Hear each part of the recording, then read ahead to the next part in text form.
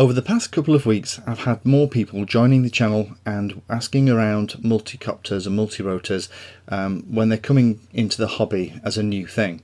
And I've tried to answer those as best as I can in the to and fro in the comments section, but I thought it would be useful just to put together a small video, about 15-20 minutes, to talk about the key principles and things to consider when you're looking at multirotors.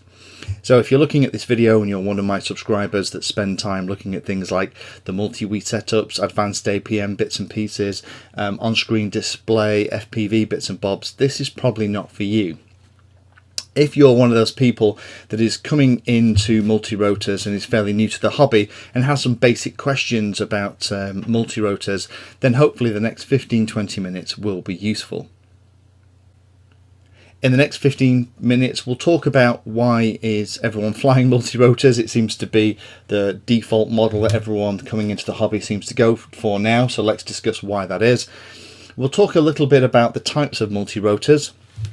It won't be extensive, but just give you an idea of how they work and what the different names and bits and pieces are.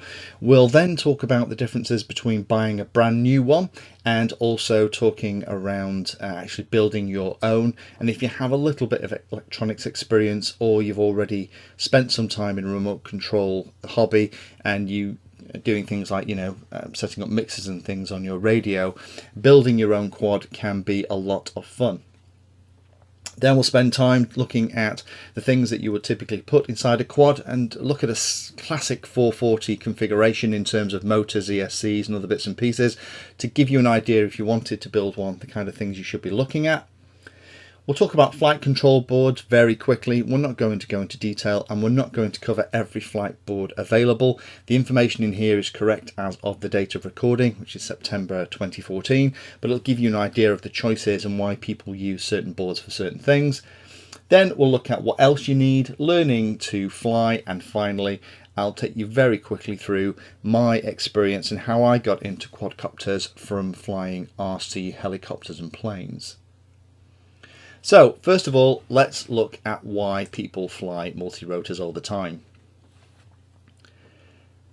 Bottom line is they are really fun and easy to fly. The majority of the flight controllers these days have some kind of auto level feature. So whereas with remote controlled helicopters, if you're not flying a coaxial, that is, they are very unstable and you always have to try and correct them.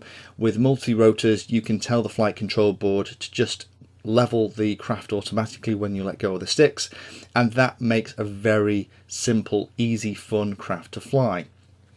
Some of the more sophisticated boards that have GPS on them or will talk to a GPS can also do some really cute functions like return to home and loiter, where it will actually sit in the sky in one position, or you can flick a switch on your transmitter and it will fly back to you. And recently, one of my friends has been flying a quad that I've built for him, and he is finding the return to home feature an absolute boon, because he's always confident that whenever he gets into trouble, he can flick that switch and the model will come back to him safe and sound. They are quite easy to build and customize. The bits and pieces are available from eBay, Hobby King, Banggood, all the usual suppliers, and you can get hold of the pieces you want and very quickly put together a quad that's custom, that you built and designed.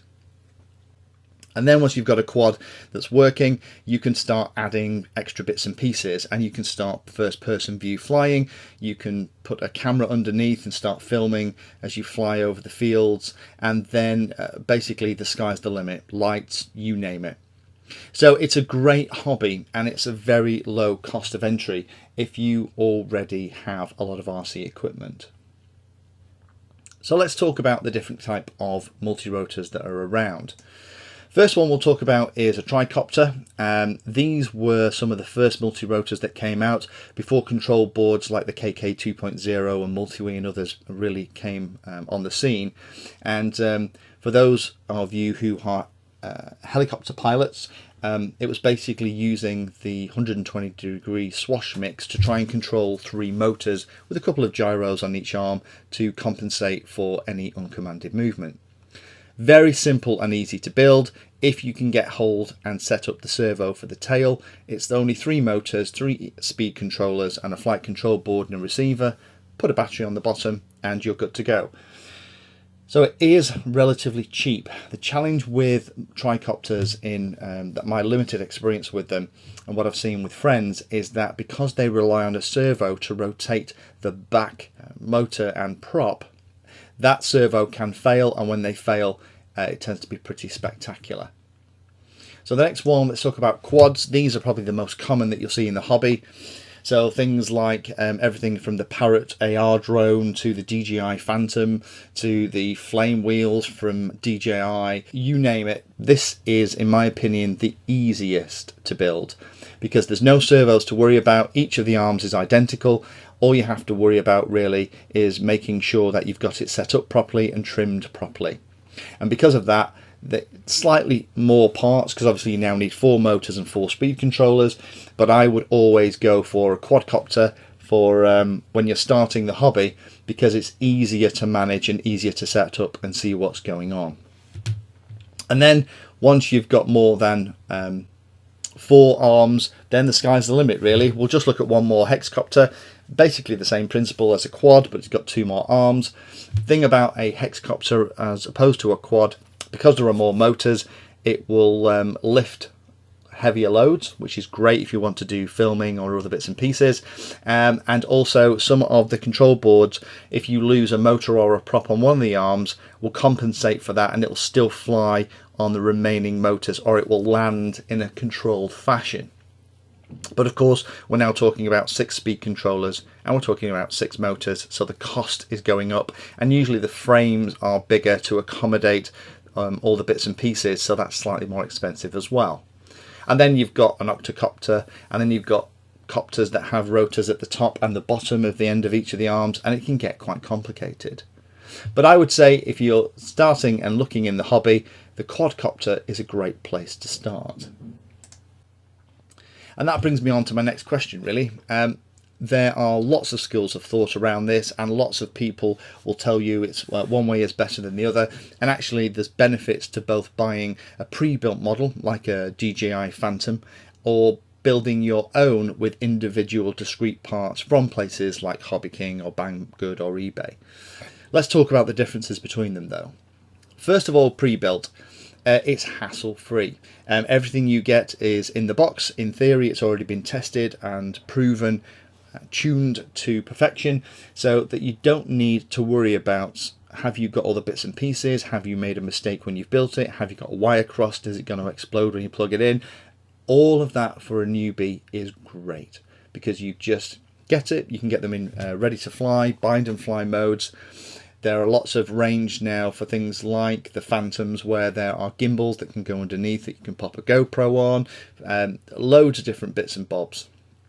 Challenges with pre-built are there are limited upgrades. There are more and more coming on the market as particularly China starts to produce bits and pieces that you can add on, and aftermarket upgrades to the motors and props and other bits and pieces, and some of those spares can be at a premium, particularly if you want to use OEM equipment.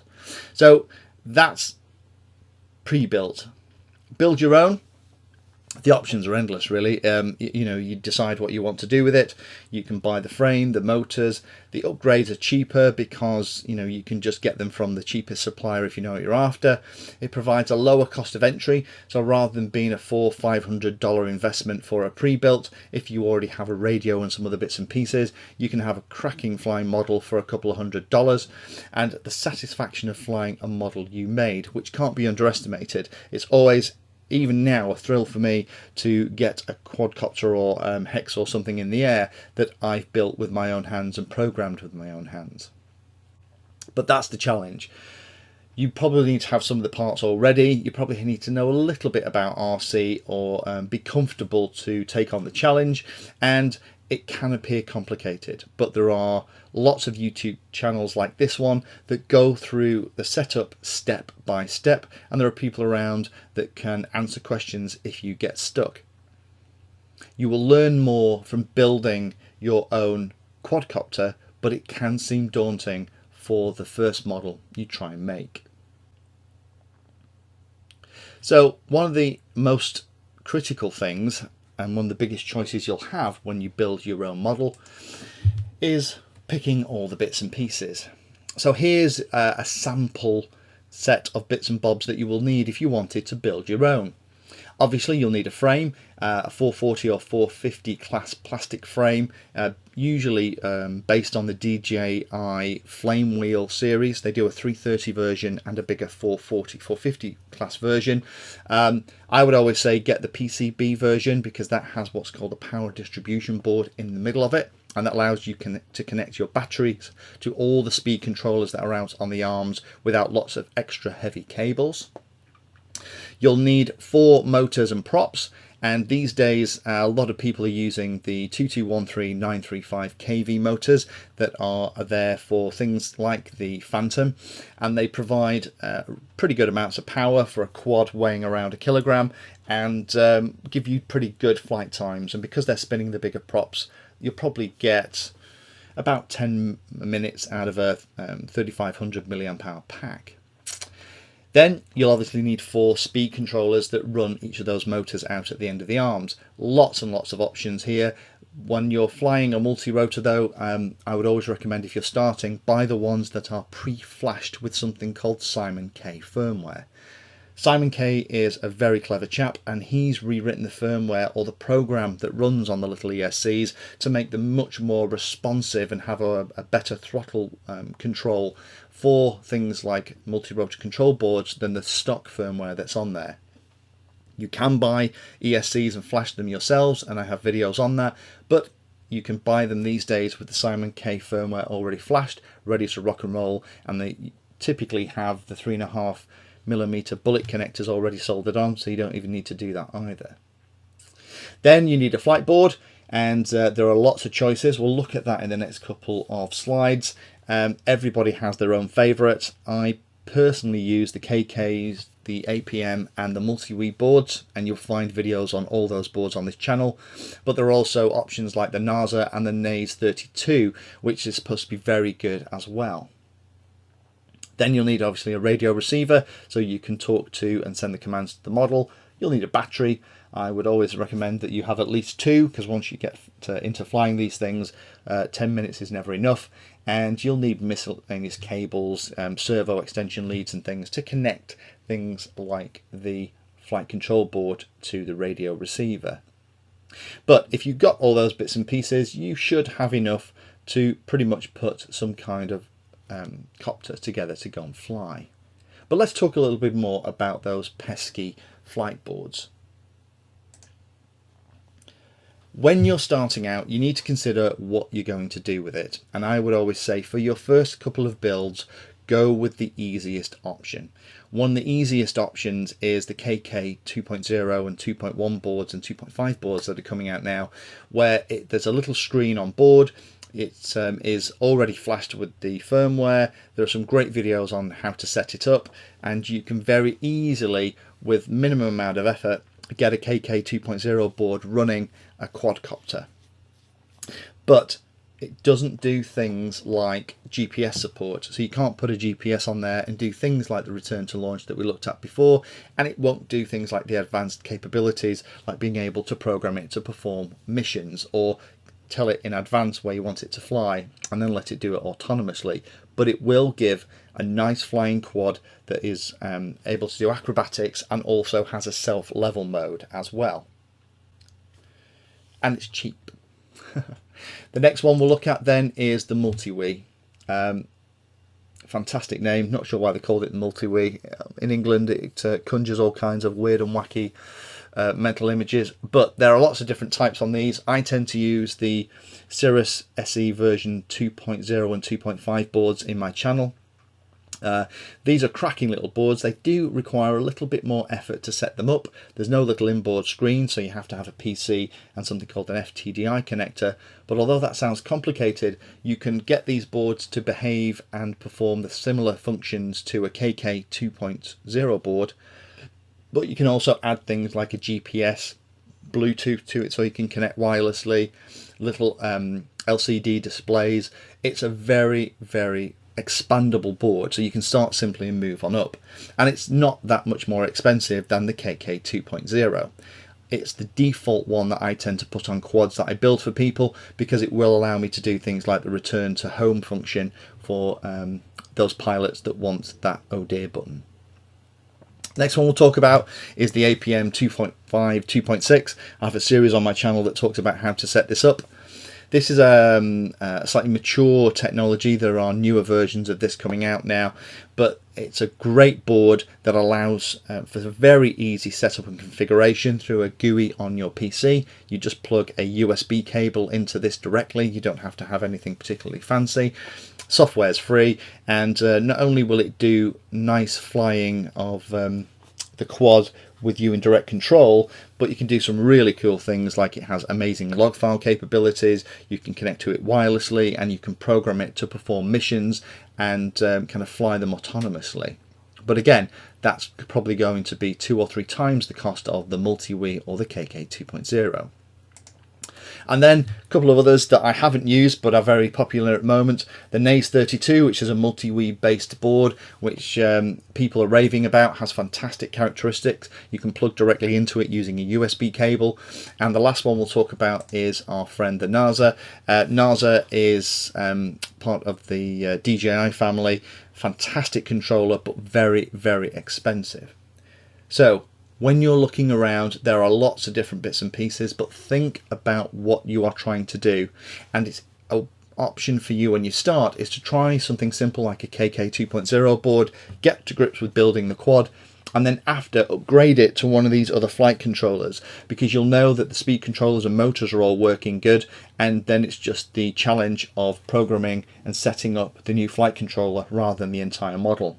And I've done that myself actually, and we'll talk about that at the end of the video, where I've replaced some of the models with the Multi-Wii with the APM because I want more advanced functions. So let's talk about the other bits and pieces that you'll need if you're going to build your multi-rotor. So we've looked at the parts that go into it, but you'll also need to buy a couple of other bits and bobs. First, of course, you'll need some kind of radio, so things like Spectrum, Turnigy, loads and loads of different versions here, typically based on the 2.4 gigahertz band, and this will give you, a couple of miles range potentially. Everybody always asks that question: how far will it fly away? A quad will get too small for you to fly it safely long before you get out of the range of the radio, unless you're doing some funky stuff like FPV and other bits and bobs. You'll also need a battery, or you'll probably need 2, and you'll need a LiPo charger to go with them as well. If you're already into RC, you'll have a lot of this equipment. If you haven't, then you'll have to think about sourcing and buying these to go along the cost of the model that you're making. Learning to fly is always exciting. There are lots of different ways to get to grips with this, and I'll talk about my recommendation. There are flight controllers, so once you've bought your radio, you can buy things like Phoenix RC and others that allow you via a USB cable, connect it into your PC, and you can train yourself to fly. They're very good for training the sticks and for practicing stunts before you do them at the field, but in my opinion, it's a useful tool, but it doesn't substitute for actual flying out there in the real world. Other things you can do is you can buy a little hobby grade quad like the Heligai Viper or a Hubsan X4. Lots of different versions of those. They'll only cost you £30, so about $40–50, and they are pretty bulletproof. You can bounce these off walls, and a lot of the crashes that you'll do when you're learning to fly are a lot less expensive, both to the craft and whatever it hits, with a little model like this than with a brand new quad that you've just finished that you've only had 30 seconds of flying time on. And finally, obviously, the way you can do it is you can just build your quad, go out there in a big field with lots of nice long grass to crash into to save your bacon, and fly the new one that you've just built or that you've just had built for you. I personally would always recommend get yourself a little quad and go through Rad's School of Rotary Flight. Google that and look it up. It's something that was always advised to new RC helicopter pilots, and it's a great way to get to grips with it. I actually got into the hobby by having a Heli-Guy Viper bought for me by my wife, so I'd like to blame her publicly at this point. So once I had that, I really started to enjoy the quad experience, because I was an RC copter pilot mainly before then, and then I moved up to bigger and bigger and more complicated quads. But I would always say, if you're interested in doing the hobby, get yourself one of these 30 quid models, get to grips with it, have fun, learn how to fly them, learn what they can and can't do, and then when you have your crashes, it'll be nice and cheap, and you won't have destroyed £200 worth of bits and pieces when you stuff it into a tree at 30 miles an hour. So the last thing we'll talk about is some people have asked me how I got into multi-rotors and what I did, so I'll just spend the last couple of minutes talking about that.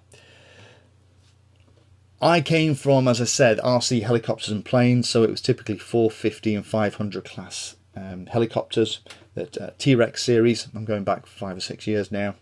Gosh, it's probably more than that actually. I don't want to think about that. And the first thing I got into, as we talked about, was the Heli-Guy Viper, which is a small tabletop model. It comes with its own little transmitter.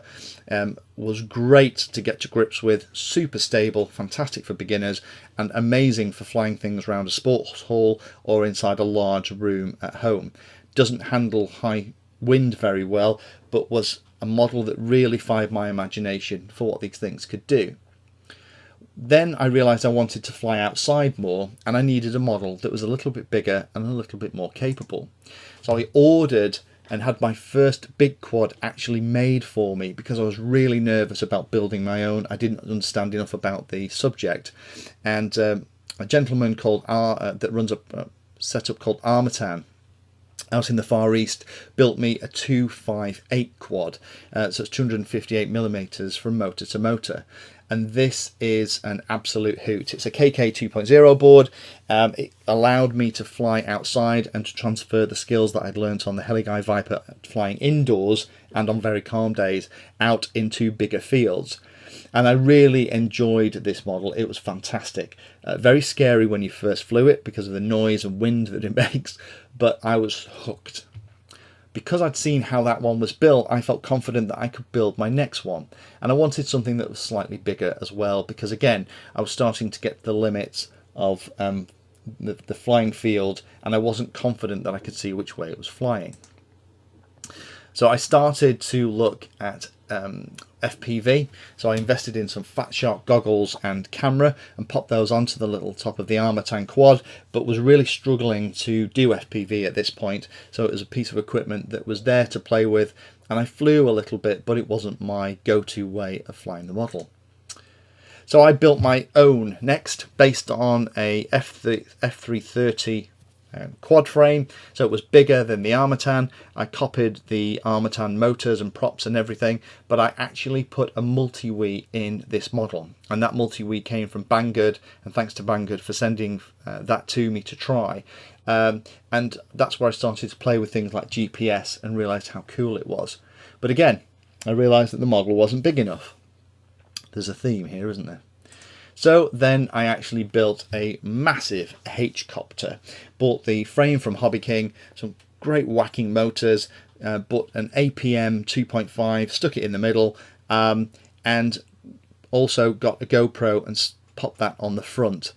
Didn't use this a lot as a model actually. I found the Hexcopter platform a little bit weird and wacky, and for the amount of times I used it, it wasn't a great experience, but it was great in terms of learning how to cable and power the bigger machines, because I'd also, as part of this, installed an Easy OSD, which is kind of an on-screen display, which was great with the FPV bits and pieces, and it also allowed me to kind of monitor the status of the craft by using things like the iPhone and PC application. So as I'm flying around, I have a screen running next to me which shows me how much battery I'd used, where I was, etc, etc. Next thing I started building was quite a few 440, 450 class quads with multi-wii GPS and other bits and pieces, and this is where I really started to get into FPV. I felt confident, and the models tended to start very bare, and then I'd add extra bits and pieces as I got the confidence with it. It also meant that if I crashed one, it wasn't particularly expensive. I tried to keep the cost of these down. And then finally I was building more F440 class models, and trying to keep them really lightweight so that they were super performance, so they were like little speed machines. And then we get into advanced ground stations, so things like the fly sight bits and pieces, helical antennas, all kinds of wacky stuff that really grabs you in the hobby. And then the last thing I did, I actually repurposed a couple of the models, and you'll find this when you start building your own, you'll want to change things out. So I scrapped the Hexcopter and bought two of the same motors and made a Hexcopter with a gimbal underneath, so that has a stabilized GoPro for the aerial photography, and also put an APM board into one of my 440s because I had a couple with the multi-wee bits and bobs, and that allowed me to play with APM without worrying about crashing a model with a 200-pound GoPro underneath. So that's probably 3 or 4 years, maybe a little bit more actually, of my experience. But I would always say start small, start simple, build up. I had lots of little baby steps. You could probably be more ambitious and go to bigger things faster, but I would always make sure that you are absolutely rock solid on the smaller ones first before you move up. So hopefully for those of you who are looking at getting into the hobby, that's been interesting to talk about, you know, what the multi-rotors are all about, why people do it, what standard things are in there, what other things you need to buy, the kind of common flight controllers, and give you an idea of, you know, typically how a hobby would evolve for you as an RC pilot with multi-rotors. If you have any questions or comments, please pop them underneath, and like, subscribe, and happy flying.